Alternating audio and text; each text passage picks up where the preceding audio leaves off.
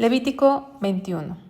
Jehová dijo a Moisés: habla a los sacerdotes, hijos de Aarón, y diles que no se contaminen por un muerto en sus pueblos. Este capítulo 21, así como el que sigue, Levítico 22, junto con el capítulo 16 y 17, son capítulos dirigidos a Aarón y a sus hijos como sacerdotes llamados a ministrar a Dios en el tabernáculo. Y aquí el mandato directo de Dios es que no se contaminen por un muerto entre los pueblos, más por su pariente cercano, por su madre o por su padre o por su hijo o por su hermano o por su hermana virgen a él cercana, la cual no haya tenido marido, por ella se contaminará. No se contaminará como cualquier hombre de su pueblo haciéndose inmundo. Entonces aquí estamos viendo este mandato, nos está enseñando que el estándar para los sacerdotes que servían en el tabernáculo, en las cosas más santas, el estándar era pues mayor que todos los demás. Recordemos en Levítico 10 rápidamente que parte de el servicio o la función de los sacerdotes era enseñar la palabra de Dios, la ley de Dios. Vamos a Levítico 10:11 dice: para poder discernir entre lo santo y lo profano, entre lo inmundo y lo limpio, y para enseñar a los hijos de Israel todos los estatutos que Jehová les ha dicho por medio de Moisés. Una función primordial era enseñar al pueblo la ley de Dios. Y para enseñar primero tenemos que hacer. No puedes enseñar sin hacer. Entonces, así lo vemos en la palabra de Dios en Hechos, las cosas que Jesús comenzó a hacer y a enseñar. Entonces era importante que ellos primero lo vivieran, lo pusieran en práctica, discernieran entre lo santo y lo profano. Y entonces por eso aquí se les enseña que no podían contaminarse. Recordemos que si ellos tocaban un cuerpo, y perdón porque a veces mi mente se confunde y a lo mejor puedo decir cadáver de un muerto, que es obviamente es duplicar la misma frase. Espero no caer en ese error que a veces caigo. Si ellos tocaban un cadáver, entonces no era un pecado, pero estaban ceremonialmente impuros y eso les impedía el servicio a Dios. Entonces, por eso no podían tocar cadáveres, porque entonces quedaban impedidos temporalmente de su ministerio, y el ministerio era primordial, era algo sagrado, era un privilegio. Y no podían menospreciar ese privilegio, ¿no? No podían hacer algo que les impidiera poner en primer lugar ese llamado y ese privilegio que tenían. Sin embargo, Dios aquí les da permiso de, por pariente cercano, podían hacerlo, padre, madre. Sin embargo, por ejemplo, por una hermana virgen cercana, la cual no haya tenido marido. O sea, si tenía una hermana virgen que no tenía un marido que pudiera atender la situación, entonces ellos sí podían, pero si tenía un marido no podían tocar su cadáver, porque su prioridad era pues las cosas, el servicio a Dios. Por eso dice: no se contaminará como cualquier hombre de su pueblo. No podían vivir como cualquier persona del pueblo, ¿no? Y algo podemos aprender. Nosotros como hijos de Dios no podemos vivir como los demás, pero también los que sirven a Dios, los que tienen un ministerio, un llamado, un servicio a Dios, tampoco se espera de ellos pues más excelencia, más santidad, más compromiso que todos los demás, ¿no? Esa sería la expectativa de Dios por lo que estamos viendo aquí. Dice, ahora recordemos que cuando los dos hijos de Aarón, precisamente en Levítico 10, fueron muertos porque ofrecieron fuego extraño, sus hermanos no pudieron sacarlos. Se llamó a sus primos, se llamó a parientes cercanos para que ellos no se contaminaran, no tocaran esos cadáveres, porque quedarían imposibilitados de hacer su función.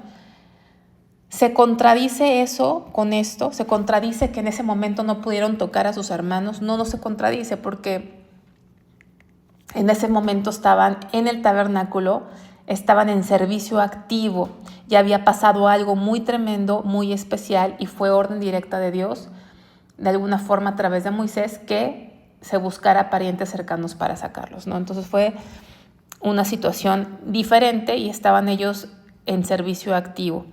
Entonces aquí así lo marca, ¿no? Que cuando un sacerdote tuviera un pariente cercano se podría hacer esa excepción, pero vemos que en el caso de cuando murieron Nadab y Abiú, pues fueron otras circunstancias. Vamos a ver, dice, no harán tonsura en su cabeza, ni raerán la punta de su barba, ni en su carne harán rasguños. Santos serán a su Dios y no profanarán el nombre de su Dios, porque las ofrendas encendidas para Jehová y el pan de su Dios ofrecen, por tanto serán santos. O sea, el hecho de participar de las cosas santas, de las ofrendas encendidas, ese privilegio, ese don de Dios tan especial implicaba una responsabilidad, que era no ser como los demás, no profanar el nombre de Dios. No podían vivir el luto como los demás. Muchas de las naciones hacían rituales religiosos en el luto, ¿no? Tonsuras en sus cabezas o en sus barbas, etcétera. Se rasguñaban. Siempre desde la antigüedad ha habido un culto a la muerte, ¿no? En muchas culturas se adora la muerte o se hacen ceremonias para los muertos, etcétera. Eso no es agradable a Dios, ¿no? Obviamente hay un luto, hay una tristeza, hay una separación, pero el Hijo de Dios no vive luto como los demás, ni honramos la muerte, porque Dios es vida y Dios vino a derrotar la muerte. Recordemos que la muerte fue resultado de la entrada del pecado, entonces por eso no podían tocar un cuerpo muerto, porque era el resultado del pecado, y Dios es un Dios vivo, es un Dios santo, y no quería Dios que conectaran de ninguna manera con algo relacionado al pecado, ¿no? Como es la muerte.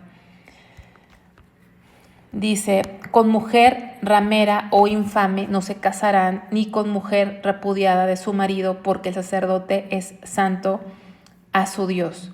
Entonces, no podían ellos casarse con una mujer ramera o infame, pues que tuviera alguna mala fama o alguna situación diferente que no fuera agradable, no especifica, ¿no? Pero sabemos que una situación que no era buena, con mujer repudiada, o sea, una mujer divorciada, porque el sacerdote es santo a su Dios, ¿no? Tenían que tener estos estándares, pero sobre todo hay una enseñanza que apunta obviamente a Jesucristo, ¿sí? Vamos a ver, por ejemplo, Efesios 5. Recordemos que el sacerdocio, y más el sumo sacerdote, eran sombra o tipo de Cristo. Vamos a Efesios 5.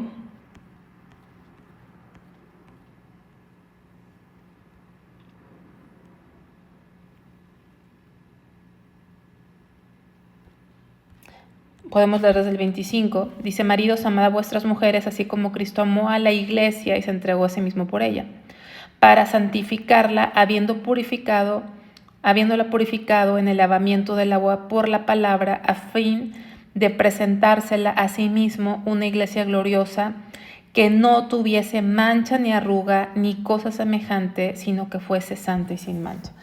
Entonces, la razón principal o el significado espiritual de que se casara con una mujer virgen era que el sacerdocio y el sumo sacerdote eran un tipo de Cristo, y Cristo se desposó con la iglesia, con su iglesia, y dice que Él se va a presentar una iglesia que es gloriosa, sin mancha, ni arruga, ni cosa semejante, ¿no? Santa y sin mancha. La iglesia, la novia de Cristo, Él la ha hecho santa, sin mancha y gloriosa. Y eso era lo que estamos viendo desde este capítulo 21 de Levítico, ¿no? Que Cristo iba a tener una esposa sin mancha.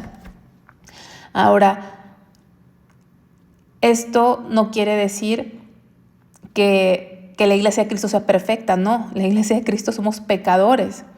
Dice Dios que lo vil y lo menospreciado escogió, pero ¿qué pasa? Que Él nos purificó, dice, se entregó a sí mismo para santificarla, habiéndola purificado por el lavamiento del agua por la palabra. No hemos insistido que el agua es tipo de la palabra que nos limpia.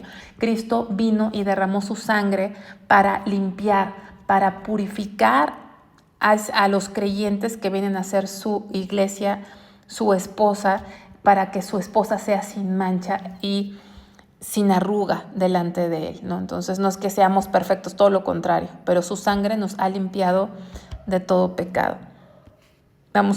Ahora no quiere decir, como hemos repetido, que esté prohibido que los sacerdotes o los que sirven a Dios se casen que tienen que casarse con alguien que forzosamente debe ser virgen. No, o sea, no podemos aplicarlo así, pero obviamente alguien que sirve a Dios debe desear, debe procurar casarse con alguien que esté en su fe, ¿verdad? En su fe. Y la palabra de Dios en 1 Timoteo 3:2, o sea, que no haya yugo desigual. 1 Timoteo 3:2 dice, pero es necesario que el obispo sea irreprensible, marido de una sola mujer, sobrio, prudente, decoroso, hospedador, apto para enseñar. Entonces, aunque no es un requisito que el siervo de Dios, el ministro, esté casado, no es un requisito. Pablo no estaba casado, aunque muchos piensan que estuvo casado, pero cuando servía a Dios no estaba casado, Timoteo tampoco, etc. Pero el que esté casado debe ser marido de una sola mujer. No puede tener 2 mujeres, 3 mujeres, tiene que ser marido de una sola mujer. Si ese siervo está casado, debe ser marido de una sola mujer, ¿no? Y obviamente casarse en Cristo, en la fe, ¿no? Siempre procurando casarse con una persona, porque así está establecido por Dios, que no puede haber un yugo desigual, o sea, o a lo mejor la palabra no es procurar, la palabra es que debería ser así, ¿no? Debería casarse con una persona que esté en Cristo, casarse en Cristo. Pero de allá en fuera no aplica todos esos requisitos, ¿no? Porque volvemos a lo mismo, no estamos bajo la ley, pero el principio espiritual de santidad, de pureza, de obediencia sigue estando vigente. Y para todos, ¿no? Porque sabemos que todos los creyentes hemos sido llamados a ser sacerdotes y nación santa delante de Dios. Levítico 21.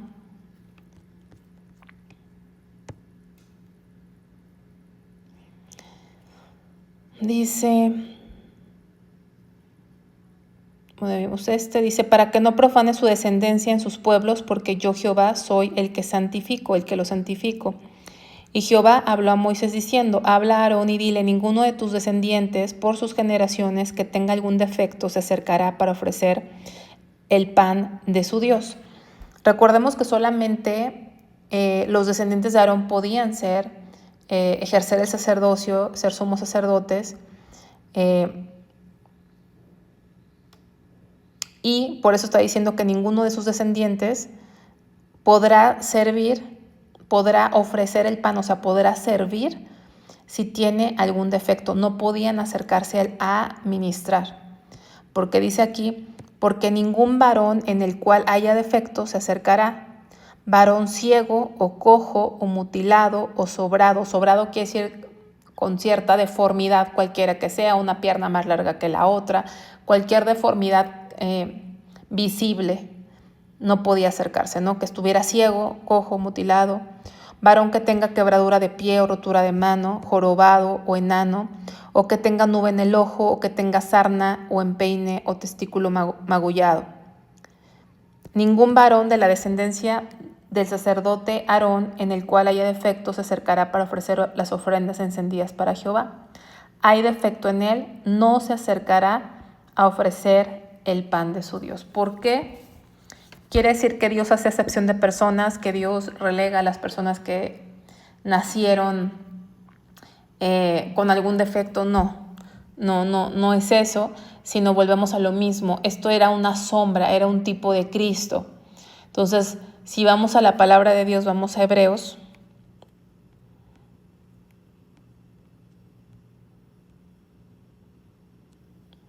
Siete, 26. Dice, porque tal sumo sacerdote nos convenía, santo, inocente, sin mancha, apartado de los pecadores y hecho más sublime que los cielos. Recordemos que el sacerdocio y sobre todo el sumo sacerdote eran un tipo de Cristo. Entonces por eso debería ser perfecto, debería ser puro y perfecto, no debería haber imperfección en él. ¿Por qué? Porque era un tipo de Cristo. Y Cristo dice aquí que es inocente, sin mancha, apartado de los pecadores, o sea, no que no conviviera con pecadores porque vino a salvarlos, pero es decir, él no se contaminaba con pecadores, les enseñaba la verdad, pero no participaba de sus pecados, y hecho más sublime que los cielos. Entonces, como ellos eran un tipo de Cristo, no podían tener ese efecto, porque apuntaban a Jesucristo, ¿no? Obviamente también hay enseñanza en esto. Vamos a regresar aquí a Levítico 21.